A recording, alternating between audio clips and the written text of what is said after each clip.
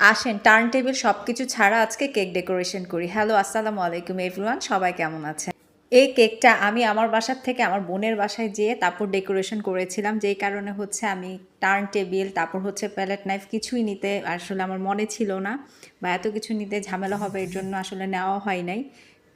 তো মোড়ার উপরে কেকটা হচ্ছে রেখে তারপর হচ্ছে আমি কেকটাকে হচ্ছে একটার উপরে আরেকটা হচ্ছে দিতে চাচ্ছিলাম, কিন্তু আমি যেহেতু প্যালেট নাইফও নেই নাই তাই স্কেলের সাহায্যে হচ্ছে কেকটা উঠাতে অনেক বেশি কষ্ট হচ্ছিল। তারপরও আলহামদুলিল্লাহ আমি কেকটা হচ্ছে উঠিয়ে তারপর আরেকটার উপরে বসাতে পেরেছি, কিন্তু সাইড দিয়ে একটু নষ্ট হয়ে গিয়েছে যেহেতু টার্ন টেবিল ছাড়া ঘোরানো যাচ্ছিল না, প্লাস কেকটা হচ্ছে মুভ করা যাচ্ছিল না, আবার প্যালেট নাইফও নাই। তো স্কেল দিয়ে অনেক ঝামেলা হয়েছে। আর কেকটা কিন্তু হচ্ছে 6 পাউন্ডের মধ্যে ছিল, তো ভালোই একটু ওয়েট ছিল।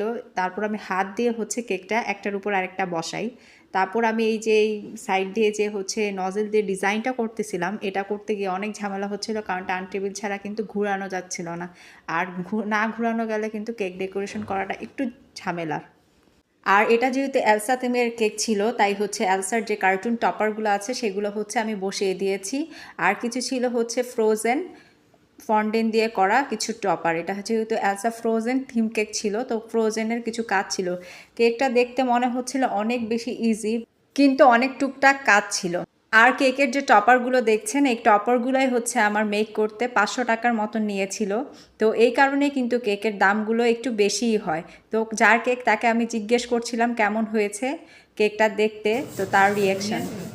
তোমার কেমন লাগছে কেকটা বলো তো? কেমন ভালো জোরে বলো। অনেক ভালো, অনেক ভালো। এই তো টার্ন টেবিল প্যালেট নাইফ ছাড়াই আমার কেক ডেকোরেশনটা কিন্তু কমপ্লিট হয়ে গেল। আজকে কেকটা কেমন হয়েছে সবাই জানাবেন। আল্লাহ হাফেজ।